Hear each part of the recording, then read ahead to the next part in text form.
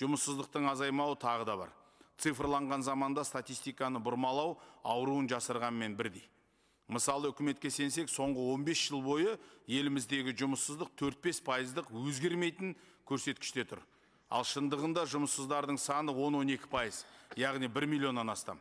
Оған дәлел, мәміш жүйесінен тыс қалған 3,5 миллион адам, тіпті 1 теңгелік зейнетақысы жарнасы жоқ 3 миллионнан астам азамат, өзін-өзі жұмыспен қамтылған 2 миллион адам, НИТ санатындағы 400 мың жас, бұлардың барлығы ешбір тіркеуде жоқ, мүлдем табысы жоқ, табысы болса оның өзі маусымдық табыс. Бұған қоса 2027 жылға қарай еңбек нарығында қосымша тағы 300 мың жас қосылады. Ал үкімет оған дайын емес. Өңірге сапар барысында да халықтың ең көп сұрайтыны осы жұмыспен қамту мәселесі. Екі қолға бір күрек табылар деген халық тәмсілі талай ауыр жұртына арман болып отырғаны анық. Сондықтан мәселені жасырып жаппай, статистиканы бұрмаламай, нақты жұмыс орындарын ашу бойынша жүйелі шараларды қолға алған жөн. Мәселенің бар екені айдан анық.